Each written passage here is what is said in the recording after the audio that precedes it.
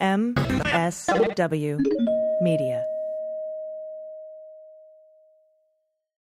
Big shout out today to Helix Sleep. Take their 2-minute sleep quiz and they'll match you to a mattress that will give you the best sleep of your life. Helix is offering 20% off all mattress orders and 2 free pillows for our listeners. Go to helixsleep.com/dailybeans and use code HelixPartner. News with swearing. Daily beans, daily beans. Daily beans, daily beans. Hello and welcome to the Daily Beans for Monday, October 2nd, 2023. Today, the Democrats swoop in and save the day by passing a continuing resolution to keep the government funded, but not before the Putin caucus strips Ukrainian funding. January 6th fugitive Christopher Worrell has been captured, and you'll never guess where they found him. Scott Hall becomes the first Fulton County defendant to flip. The police chief who led that raid on the Marion County Kansas newspaper has been suspended. An arrest has been made in the 1996 murder of Tupac Shakur. And no, I don't care about Rep. Jamaal Bowman pulling a fire alarm. I'm Allison Gill. And I'm Dana Goldberg. Hey, Dana. Happy Monday. Happy Monday to you. Some of these headlines just don't even seem real these days. Yeah, and let's just get this out of the way, okay? During the chaos created by the Republicans ahead of a potential government shutdown this weekend, it appears Rep. Jamaal Bowman pulled a fire alarm trying to get out of the Cannon office building across the street from the Capitol so he could go and vote. Republicans are calling for his arrest under Title 18 U.S. Code Section 1512C2, obstructing an official proceeding. Now, having not seen the full video myself, it appears that he pulled the alarm on the wall to open a door that's normally open because of some remodeling stuff going on in the Cannon tunnel to the Capitol. Now, the temporary sign on the door says, "Emergency exit only, push until alarm sounds, 3 seconds. Door will unlock in 30 seconds. Now, because the actual footage hasn't been released, we don't know if he tripped the alarm by pushing the door and then pulled the alarm on the wall to get the door to unlock, or if he thought he had to pull the alarm to get the door to open, or whether he was officially trying to obstruct the vote. And whether you think this is stupid or not, I'm pretty sure he was not trying to delay the vote or obstruct an official proceeding. And according to AOC, the alarm goes off in the Cannon building, but not the Capitol, which is across the street. And of course, Republicans are calling this an insurrection. And that's just fucking stupid. Oh, for fuck's sake. Yeah, fine him $500. Yeah. It's whatever, a misdemeanor for pulling a false fire alarm, even though it was a mistake. But whatever, move on. Like, it's whatever. I agree. And I am obsessed with this story, by the way. And okay, check this out. A man who prosecutors say ordered the 1996 killing of rapper Tupac Shakur was arrested and charged with murder. All right. Dwayne Davis has long been known to investigators as one of 4 suspects identified early in the investigation. He isn't the accused gunman, but was described as the group's ringleader by authorities Friday as a news conference and in court. In Nevada, you can be charged with the crime, including murder, if you help someone commit the murder. And this is a quote. Dwayne Davis was the shot caller for this group of individuals that committed this crime. This is from Las Vegas Police Homicide Lieutenant Jason Johansson. Went on to say, and he orchestrated the plan that was carried out.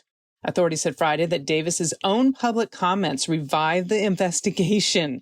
He admitted in interviews and in his 2019 tell-all memoir, and I quote, Compton Street Legend is the name of his memoir, that he provided the gun used in the drive-by shooting. So I don't know if we ever thought that they were going to find anyone involved in this case that they'd be able to arrest. So I'm fascinated by this. So we're going to see what happens. Yeah, almost 30 years later. Man. Unbelievable. Yep. All right. Well, is it 30 or 40? I can't. How old am I? I don't even know. What's today? I forget.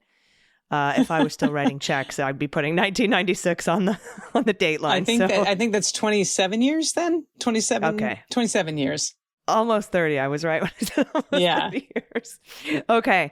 Man. Yeah, I am also fascinated. And it's going to be interesting to see if he turns anybody else in or what the deal is, but we'll be following that closely. All right, we have a lot of news to get to from over the weekend, obviously. So let's hit the hot notes. Hot notes. All right, from the Times, Congress narrowly averted a government shutdown on Saturday as the House, in a stunning turnabout, approved a stopgap plan to keep the federal government open until mid-November. After Senate passage, Biden signed the bill shortly before midnight. In a rapid-fire sequence of events, on the Hill, a coalition of House Democrats and moderate Republicans voted to pass a plan that would keep money flowing to the government agencies and provide billions of dollars for disaster relief recovery efforts. The bill did not include money for Ukraine, despite a push for it by the White House and members of both parties in the Senate. But House Democrats embraced the plan anyway, seeing it as the most expedient way to avoid a widespread government disruption. Speaker McCarthy, who had for weeks brushed off demands to work with Democrats on a spending solution, outlined the proposal for Republicans in a closed-door meeting Saturday morning, and then rushed to get it to the floor under special procedures that meant it could only pass with substantial Democratic help. Ultimately, it was scores of Republicans who voted to shut down the government, but the measure was approved on a vote of 335 to 91, with 209 Democrats and only 126 Republicans voting in favor, and 90 Republicans and 1 Democrat voting no. After a failed effort on Friday to win enough Republican votes to avoid the shutdown, McCarthy was out of choices if he wanted to prevent a politically and economically damaging shutdown. He put the bill on the floor without certainty it could pass. In a statement after Senate passage of the bill, Biden called it good news for the American people and added, "I fully expect the Speaker will keep his commitment to the people of Ukraine and secure passage of the support needed to help Ukraine at this critical moment." But here's the thing, Dana, it's not just about funding for Ukraine. The comptroller of the Pentagon sent a letter to both House leaders saying this is also about replenishing our own stockpiles, and failing to fund that would damage national security and military readiness. But sadly, I think that's exactly what the Putin caucus in the House wants. Now, Matt Gaetz is saying he's going to draw up a resolution to oust Speaker McCarthy with his 72-hour notice, because he had the rule, 72-hour notice, which is why he was mad that the stopgap funding continuing resolution passed without a 72-hour vote notice, because they all agreed to that. The Republicans did when they took 15 tries to make Speaker McCarthy the Speaker of the House. But he's saying he's given his notice, and there could be a vote to oust him as Speaker as early as Monday. And one of the whip leaders for the Democratic Party said, "Be ready, Dems, as soon as Monday, because we have to caucus and figure out what we're going to do, about a potential resolution to vacate the speakership." And, this is all after some moderate Republicans are now threatening to oust Gaetz from Congress pursuant to the House ethics investigation into him for sex trafficking a minor. Now, I remember during the speaker vote when Gaetz failed to vote for McCarthy and his colleagues nearly beat the shit out of him. Remember the guy lunged at him? Oh, I do. He had to grab him by the face. Someone pulled him back by the face. Hold him back. And then somebody got right up into Gaetz's face and whispered something, which was probably like, if you don't play ball, we're going to oust you. But ultimately, that resulted in Gaetz voting for McCarthy on the 15th try. Well, whatever they threatened him with could come to pass if he calls for McCarthy's ouster this week. What a shit show. It absolutely is. All right. This is from PBS NewsHour. We've been talking about this story for months now. The police chief who led a highly criticized raid of a small Kansas newspaper has now been suspended, as the mayor confirmed that to the Associated Press on Saturday. Marion Mayor Dave Mayfield, in a text, said he suspended Chief Gideon Cody on Thursday. Now, he declined to discuss his decision further and did not say whether Cody would still be paid. Interesting. Voice messages and emails from the AP seeking comment from Cody's lawyers. Those were not immediately returned. The August 11th searches of the Marion County's records office and the homes of its publisher and a city council member, they've been sharply criticized, putting Marion at the center of a debate over the press protections offered by the First Amendment to the U.S. Constitution. Well, Cody's suspension is a reversal, by the way, for the mayor, who previously said he would wait for results from a state police investigation before taking action. Vice Mayor Ruth Herbell, whose home was also raided on August 11th, praised Cody's suspension as, and I quote, "the best thing that can happen to Marion right now," as a central Kansas town of about 1,900 people still struggle to move forward under the national spotlight. She said, "We can't duck our heads until it goes away, because it's not going away until we do something about it." Again, that was from Herbell. Now, Cody has said little publicly since the raids other than posting a defense of them on the police department's Facebook page. In court documents he filed to get search warrants, he argued that he had probable cause to believe the newspaper and Herbell, whose home was also raided, had violated state laws against identity theft or computer crimes. Well, the raids came after a local restaurant owner accused the newspaper of illegally accessing information about her specifically. Now, a spokesman for the agency that maintains those records has said the newspaper's online search that a reporter did was likely legal, even though the reporter needed personal information about the restaurant owner that a tipster provided to look up her driving record. This was all about that DUI. Now, the newspaper's publisher, Eric Meyer, has said the identity theft allegations simply provided a convenient excuse for the search after his reporters had been digging for background information on Cody, who was appointed this summer. Legal experts believe the raid on the newspaper violated a federal privacy law or a state law shielding journalists from having to identify sources or turn over unpublished material to law enforcement. Video of the raid on the home of publisher Eric Meyer shows how distraught his 98-year-old mother became as officers searched their belongings. I can imagine. Meyer said he believed that stress contributed to the death of his mother. That was also covered. Joan is her name. And that was a day later. That was a day after the raid. Now, another reporter last month filed a federal lawsuit against the police chief over that same raid. Yeah, so we will keep an eye on this story because more is going to happen. The judge who issued the warrant, signed off on the warrant, is going to have to answer questions about it. She also has been driving on a suspended license for DUI. Oh, boy. It's a mess down there. So, but the guy, Gideon Cody, is that his name? He's been suspended. So we'll stay on top of it for you. This is from Ryan Riley over at NBC. The Florida Proud Boy, convicted of assaulting law enforcement officers with pepper gel spray, was captured by the FBI Thursday night after he went on the lam just ahead of his scheduled sentencing last month. Remember this guy, Christopher Worrell? Mm-hmm. He was supposed to turn up for sentencing as a Proud Boy for his role in the riots on January 6th, and he disappeared, and a federal bench warrant was issued for his arrest. Well, he was captured, quote, when he attempted to covertly return to his home in Naples, Florida. Yeah, he went home. FBI agents quickly entered the residence. They discovered the 52-year-old unconscious and immediately provided medical attention. Worrell remains at an area hospital. Night vision goggles, $4,000 in cash, and survivalist gear were found inside Worrell's residence, according to the FBI, which thanked the Collier County Sheriff's Office for their assistance with the arrest. Like, have you checked his house? FBI. They'll never find me here. Worrell had been convicted on 7 counts at a bench trial before U.S. District Judge Royce Lamberth in May. Prosecutors were seeking a sentence of 14 years in federal prison, which would be among one of the longest sentences given out to January 6 defendants to date. The longest, of course, Enrique Tarrio, got 22 years in federal prison after being convicted of seditious conspiracy. Now, Worrell, prosecutors wrote in their sentencing memo, arrived in D.C. on January 6, quote, ready for battle, wearing body armor and carrying pepper gel spray and a large radio, and then spewed vitriol for half an hour at the overwhelmed officers restraining the mob before assaulting them with the pepper spray.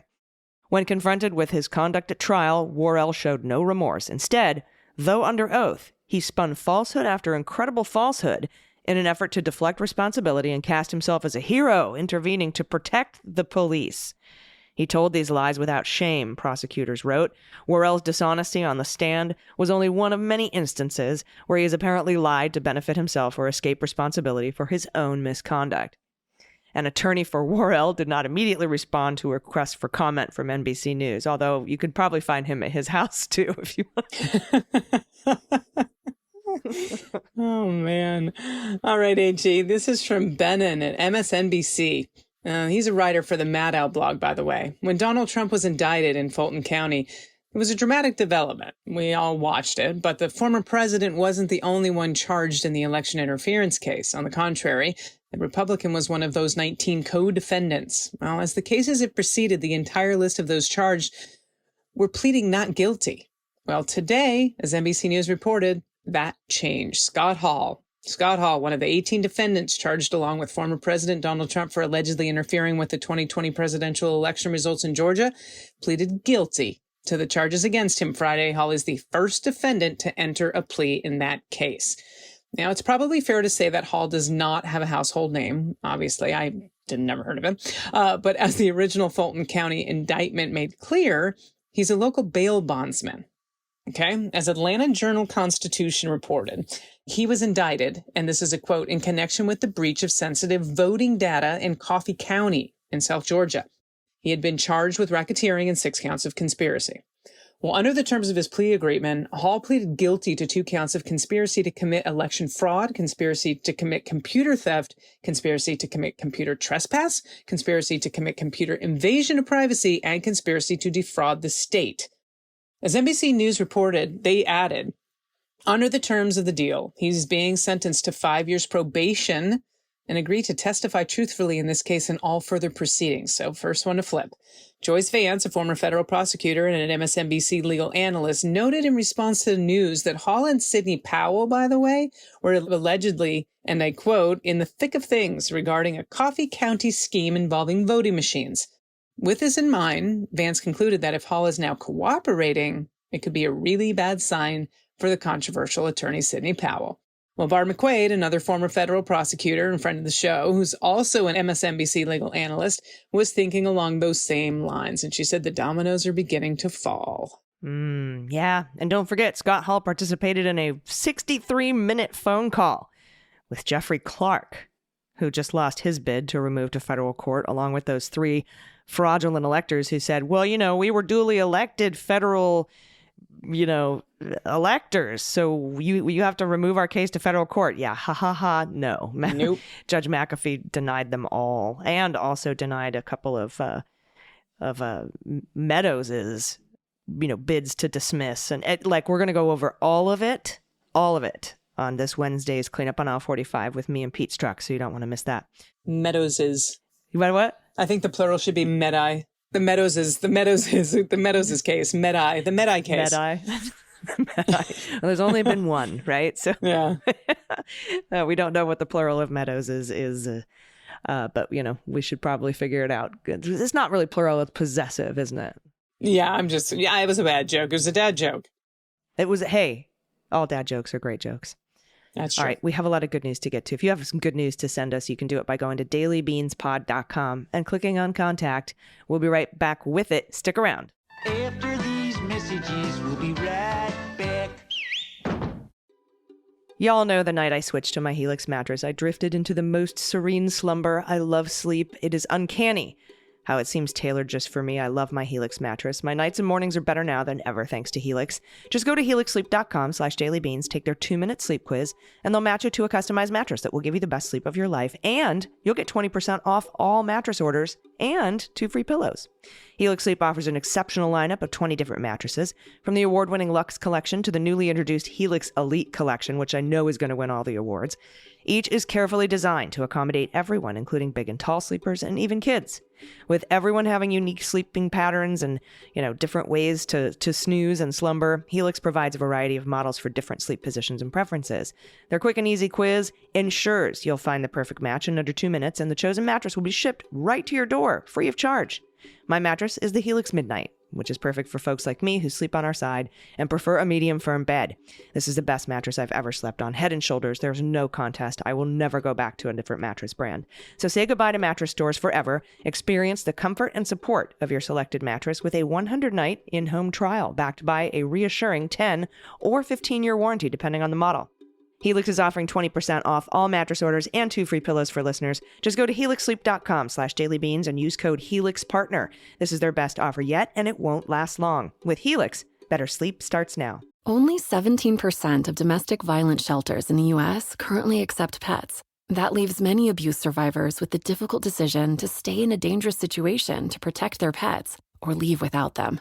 Through the Purple Leash Project, Purina is building a future where no one escaping abuse has to leave a pet behind. They're providing grants to make more shelters pet-friendly, so domestic abuse survivors and their pets can escape and heal together. To join Purina and see how you can help, visit purpleleashproject.com. It's no surprise that newsmakers try to manipulate the audience. They want you to believe that they are the one holding the line, and they'll use any trick they can to get you there. But don't let them fool you. Get unspun. I'm Amanda Sturgill. I've been a reporter, and today I teach future reporters to cut the spin and think critically about what newsmakers say. My podcast, Unspun, shows you how to know when you're being manipulated by the news. Learn to spot the tricks and how to make up your own mind about what's true. So if you're tired of being fooled by the news, subscribe to Unspun today. Unspun, because you deserve the truth.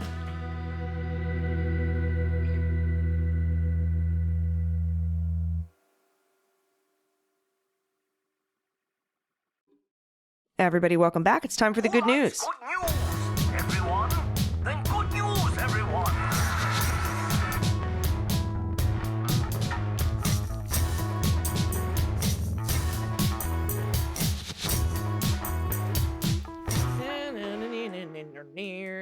Good news, good news. And if you have any good news, confessions, corrections, you want to play What the Mutt or Find a Cat or Where I Guess What Kind of Horse You Have, which we call What the Heck Wine, or if you want to send frog orgy pictures or baby photos or pay your pod pet tax to us. And if you don't have pod pet tax to pay, you can give a shout out to an adoptable pet in your area or a small business in your area that could use a shout out, or your small business, or a shout out to a loved one or somebody that you know that's amazing, or yourself because you're amazing. Send it all to us, dailybeanspod.com, and just click on contact. All right, first up, Dana from Teresa, pronouns she and her. Hello, ladies. I've been listening to your podcast for about a year or so, and it always makes me smile. I just wanted AG to know that her tweet about my congressman, Bob Good, made me laugh so hard that I scared the dog.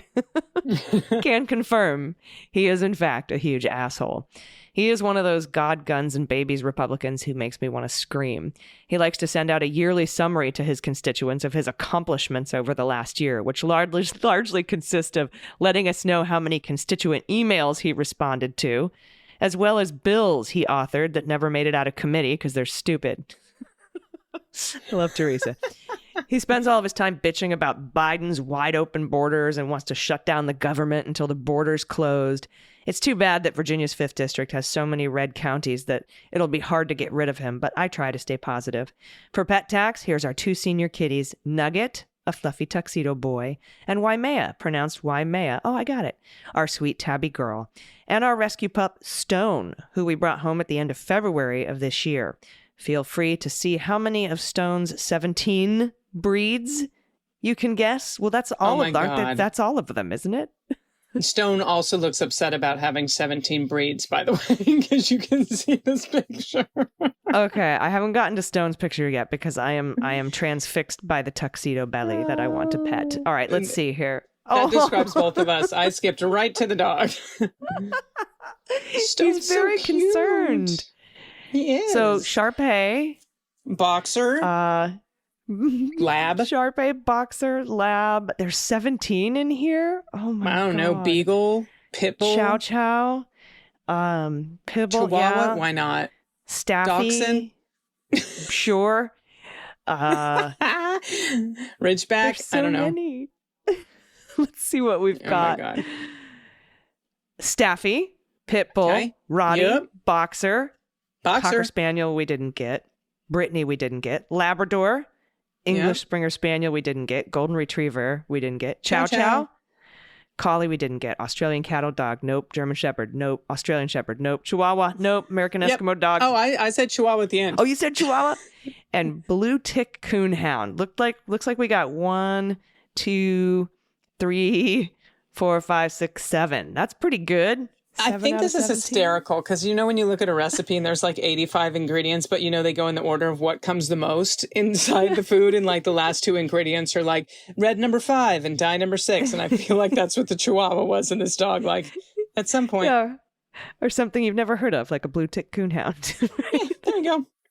So adorable, though. What a sweet baby. All right. You want to take the next 2? Sure. This is from Anonymous, pronouns she and her. Update on kitten overload. I sent you a picture a couple weeks ago when they were first born. Look at these fuzzy balls of fur now. Oh, they're so cute. Oh my god. Isn't that the best kitten? Their little tails. That's my kitten impression. Okay. All right. If someone's looking around their house, I know if they have this on, some cat's like, "Meow." All right. This is from Lisa G, pronouns she and her. Hey, ladies. Oh my God. Oh my God. Oh my God. You all are the best beans queens ever. Thanks so much for giving our nonprofit Blue Wave Postcards movement a recent shout out for over 5 million Get Out the Vote postcard milestone. Our all-volunteer team deeply appreciated the love and got a little teary-eyed, honestly, from your warmth, of course, but also because we're waking up in a cold sweat over the state of democracy. We're trying to manage sleepless nights with decisive action. Blue Wave just launched our last 2023 postcard campaign, a Get Out the Vote message to 200,000 young BIPOC and women voters in Virginia. With all 140 seats up for grabs in the Virginia House and Senate, We're urging them to get to the polls in November or early vote now, please, to protect their rights and reproductive care and so much more. If any of your fab listeners want to help, have them visit our website, which is bluewavepostcards.org, and order card kits. Honestly, we make the postcarding super easy to do, and we do it all at cost. Did I mention we're all volunteers? For our pet tags, meet Dr. Who, Adrian's other cat, who was helping her divide postcards into kits to send to our writers. I've also included a photo of most of us, our core team at Bears Ears National Lake Shore.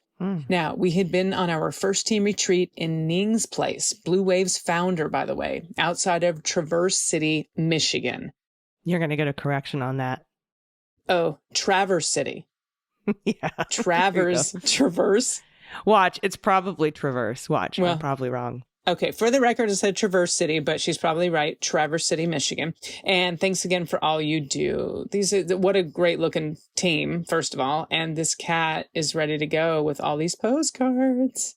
I want to go to Bears Ears. I really do. Yeah, me too. Yes. Beautiful kitty. Thank you for that. All right, next up, Lisa Mia Moore. Aha, she, her. This is a photo of Griffin, my tuxedo kitten, and me listening on the big screen. Love ya. Look at the baby. Look at the beans in the background. We put the logo up. That's very cool. Thank you for that. Cute. I love kitties. I love tuxedos. Next up from Anonymous, pronoun she and her. My kid got married this weekend, and I wanted to share my wedding gift to them. I worked many hours on this cake and the cupcakes and had help from one of my other kids, a G-Kids, and a good friend. Decorating cakes is my labor of love for my family. Oh, wow. Are those icing flowers? Look at these succulents that are made out of icing or maybe fondant. They're gorgeous. Whoa. Okay, damn. That is impressive. You need to be on some sort of Great British Bake Off or something. Yeah, this beautiful. Is spectacular. So I think, and I might be wrong, but the succulents on the cake are fondant, or some of them are fondant to hold their shape, even though that could be icing. And these cupcakes are tiny little succulents with icing, and they're beautiful. Yeah, and mums and roses. Just gorgeous. I love it. Wow. Indeed. Okay, this one next. You heard me. Uh-huh. Yeah. All right. This next one, recovering Republican, registered independent, no pronouns given. Just a quick thank you for getting me into the world of podcasts. I heard an ad for the Daily Beans news with swearing and was intrigued enough to give it a try.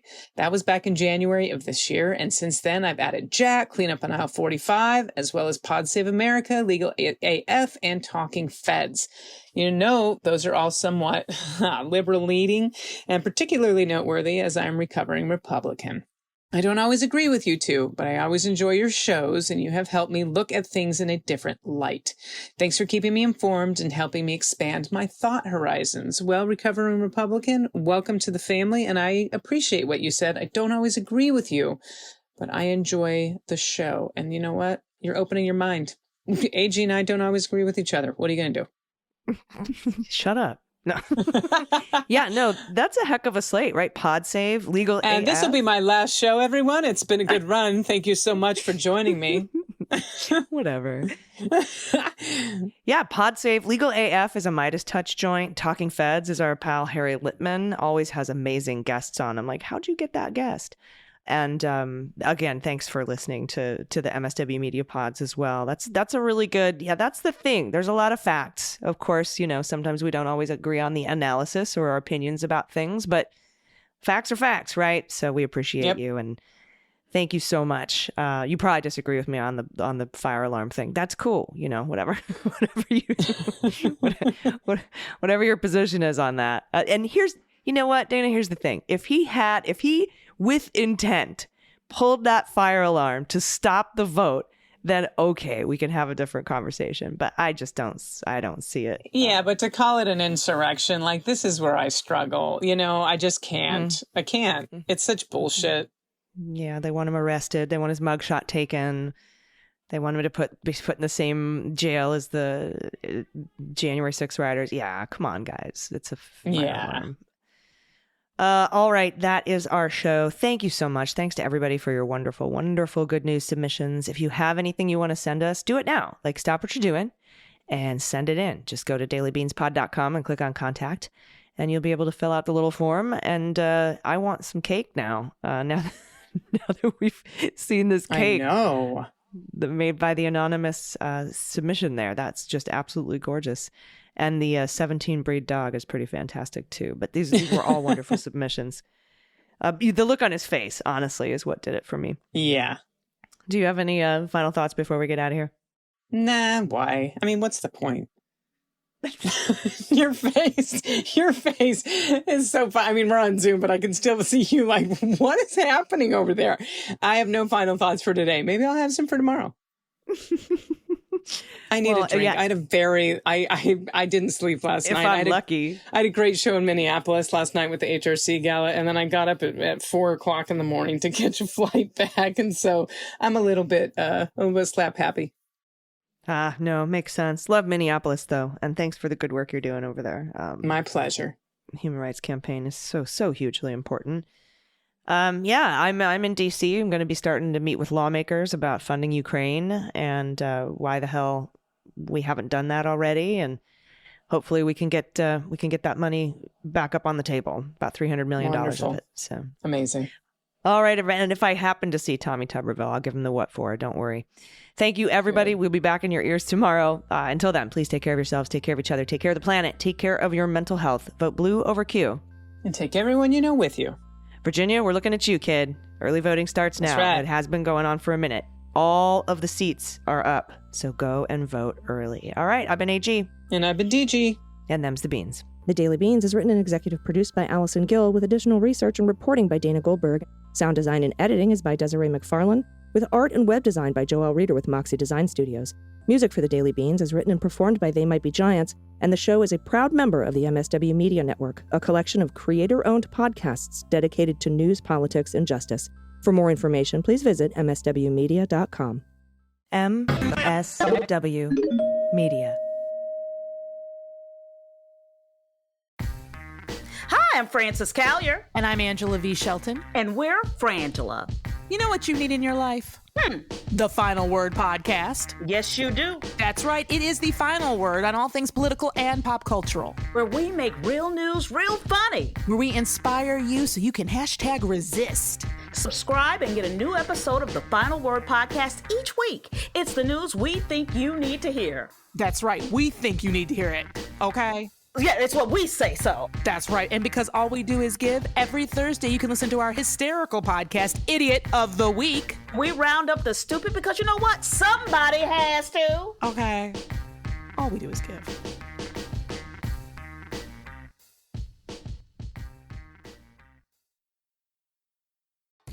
Hi, I'm Liz Winstead. I'm Moji Alawode Al. And we're the hosts of Feminist Buzzkills, the only weekly podcast that helps you navigate the post-Roe hellscape.